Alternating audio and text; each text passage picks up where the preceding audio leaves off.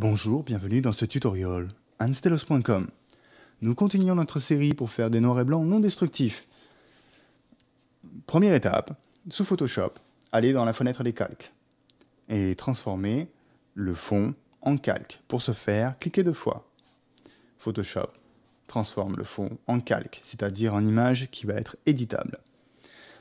Donc, si on veut faire un noir et blanc et pouvoir revenir toujours en arrière, c'est-à-dire pouvoir toujours revenir à ce calque, nous allons rajouter des calques par-dessus. Donc, première étape, allez ici, dans Ajustements et Réglages.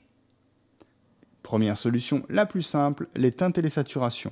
On rajoute un calque de réglage par-dessus l'image qui va transformer les teintes et les saturations. Ici, on veut faire un noir et blanc.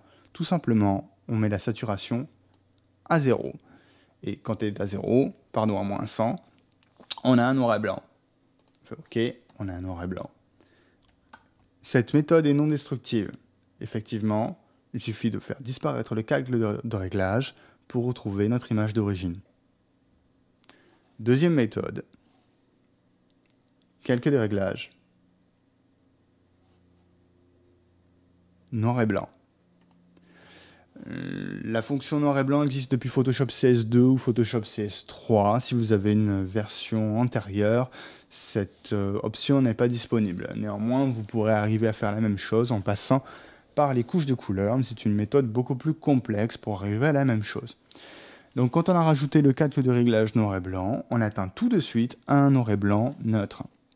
On voit en dessous des glissières qui vont permettre de donner une teinte particulière à l'image.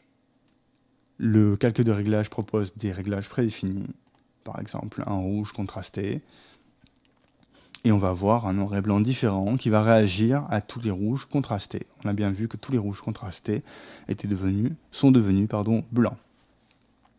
Donc à vous de choisir ce qui vous plaît le plus. On fait OK, on enregistre et vous avez votre noir et blanc.